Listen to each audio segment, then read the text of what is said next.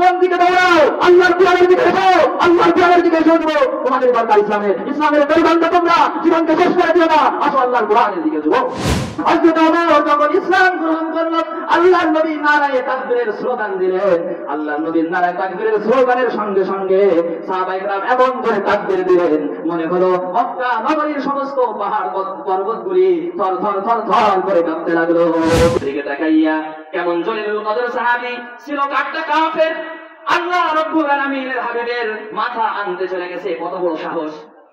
মাথা আনতে গিয়া কোরআনের সংস্পর্শে পড়ে এমন ইমানদার হয়ে গেল, এমন হেদায়েতওয়ালা হয়ে গেল, এমন পাওয়ারফুল ইমানদার হয়ে গেল। 10 জনকে আল্লাহ রাব্বুল আলামিনের হাবিব 10 জনকে জান্নাতের সার্টিফিকেট এই দুনিয়াতে দিয়েছেন, যে এই 10 জন হলো আল্লাহর জান্নাতে যাবে নিঃসন্দেহে। তাদের মধ্যে 2 নম্বর হলো হযরত ওমর। কিসের সংস্পর্শ বলে? আবু জাহাল মক্কা নগরীতে যখন এলান করে দিল যে মুহাম্মাদের যে কাল্লা আনতে পারবে তার জন্য 100 উট দেওয়া হবে, লাল উট, কোটি কোটি টাকার সম্পদ তৎকালীন যুগে। এই ঘোষণা পাওয়ার সঙ্গে সঙ্গে হযরত ওমর ছুটে চলেছে আল্লাহর নবীর বরদান আনার জন্য। দেখুন, তৎকালীন যুগে আবু জাহেল ঘোষণা করতো যে আল্লাহর নবীর মাথা আনতে পারলে 100 উট দেওয়া হবে। আর এই জমানার কিছু আবু জাহেল আছে যারা দরবার শরীফ খুলে বসে আছে আর ঘোষণাতে দেয় ডক্টর নিজামুর রহমান আজহারের মাথা আনতে পারলে 10 লাখ টাকা পুরস্কার দেবো। শয়তান! তাহলে এই জমানার আবু জাহেলদের চিনতে অসুবিধা আছে বলে? বন্ধুগণ আমার, ভালো করে লক্ষ্য করুন। আবু জাহেলের ঘোষণা শোনার পর হযরত ওমর রাদিয়াল্লাহু তাআলা আনহু ছুটে চললেন আল্লাহর নবীর বরদান আনার জন্য। কত বড় সাহস! প্রতিমধ্যে হযরত নুআইম রাদিয়াল্লাহু তাআলা আনহু বললেন, ও ভাই হযরত ওমর, কোথায় যাও? কোথায় আক্রমণ করার ইচ্ছা করলে? কোন দিকে দৌড়ালে? হযরত ওমর বললেন, সামনে থেকে সরো, আমি মুহাম্মাদের কাল্লা আনার জন্য যাই।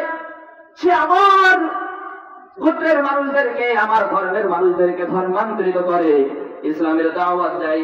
আজকে আমি তার মাথাটা ধর থেকে আলাদা করে দেব।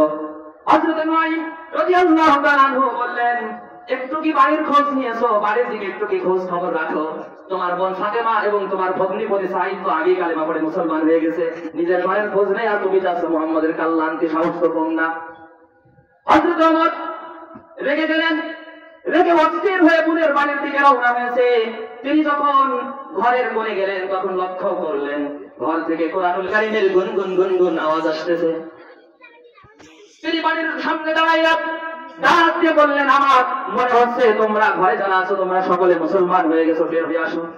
ভগ্নিপতি সাঈদ যখন বের হয়ে আসলো, ভগ্নিপতি সাঈদকে ধরে ওমর রাদিয়াল্লাহু তাআলা আনহু প্রহার করা শুরু করলো।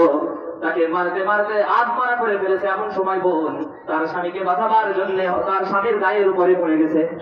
এরপরে হযরত ওমর তার বোন ফাতেমাকেও মারা শুরু করলো।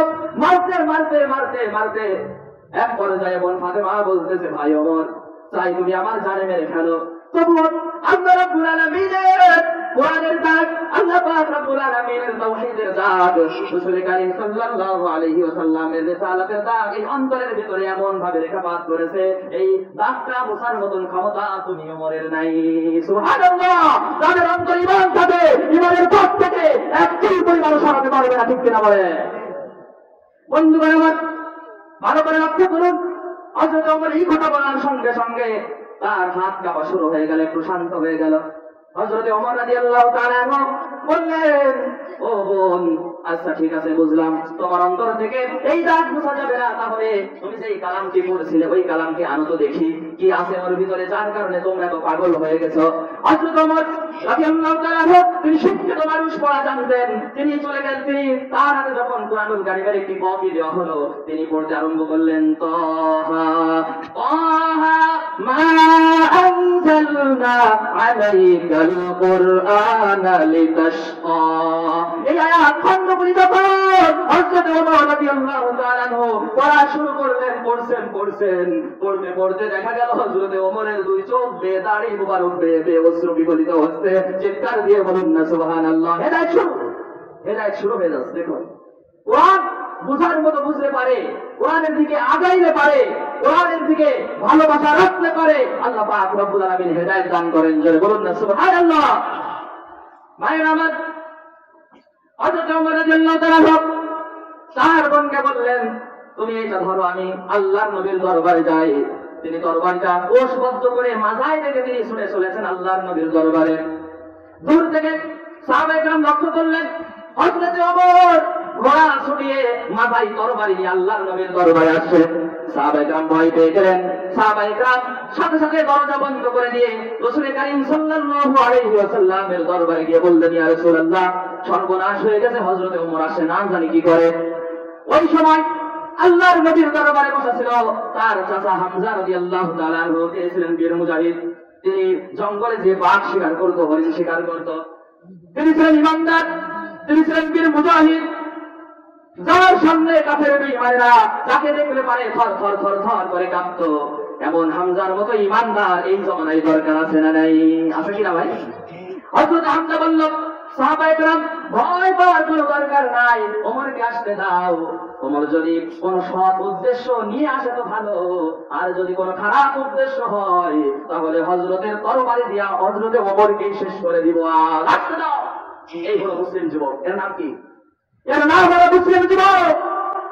ও যুবকেরা, কোন দিকে দৌড়াও? আল্লাহর কুরআনের দিকে এসো, আল্লাহর কুরআনের দিকে এসো যুবক। তোমাদের দরকার ইসলামের, ইসলামের মেরুদণ্ড তোমরা জীবনকে শেষ করে দিও না। আসো আল্লাহর কুরআনের দিকে যুবক। বন্ধুগণ আমার, আল্লাহর নবী বললেন, দরজা খুলে দাও, হযরত ওমরকে আসতে দাও। হযরত ওমর রাদিয়াল্লাহু তাআলা যখন দরবারে প্রবেশ করলো, আল্লাহর নবী নিজের আসন থেকে উঠে গিয়ে হযরত ওমরের সামনে গেলেন। ওমরের সামনে যখন আল্লাহর নবী গেলেন, আল্লাহর নবী হযরত ওমরের গলাটা ধরে বলতেছে, ওমর তুমি কেন এসেছো, কেন এসেছো? তাড়াতাড়ি বলো, তাড়াতাড়ি বলো, আমার তো সহ্য হয় না। তার কারণ হলো আল্লাহর নবীজি আগের দিন দোয়া করেছেন আল্লাহর কাছে, আল্লাহ গো, হয় হযরত ওমরের হেদায়েত দাও, আর নয় আবু জাহেলের হেদায়েত দাও। এই দুইটার যে কোনো একজনে তুমি হেদায়েত দাও, তাহলে ইসলাম শক্তিশালী হবে। আল্লাহর নবী বুঝতে পেরেছেন হযরত ওমর কোন কারণে এসেছে। আল্লাহর নবী যখন বলল, ওমর কেন আসলে, ওমর রাদিয়াল্লাহু তাআলা আনহুর হাত কাঁপতে কাঁপতে তরবারি রাসূলের সামনে পড়ে গেছে। আল্লাহর নবীকে ডেকে বলতেছে, ইয়া রাসূলুল্লাহ, দেরি করেন না, দেরি করেন না, পড়ায়া দেন ইমানের কালিমা, লা ইলাহা ইল্লাল্লাহ, লা ইলাহা ইল্লাল্লাহ, বলি লা ইলাহা ইল্লাল্লাহ মুহাম্মাদুর রাসূলুল্লাহ। হযরত ওমর যখন ইসলাম গ্রহণ করল, আল্লাহর নবী নারায়ে তাকবীরের স্লোগান দিলেন। আল্লাহর নবী নারায়ে তাকবীরের স্লোগানের সঙ্গে সঙ্গে সাহাবায়ে কেরাম এমন করে তাকবীর দিলেন, মনে হলো মক্কা নগরীর সমস্ত পাহাড় পর্বতগুলি থর থর থর থর করে কাঁপতে লাগলো। সুবহানাল্লাহ।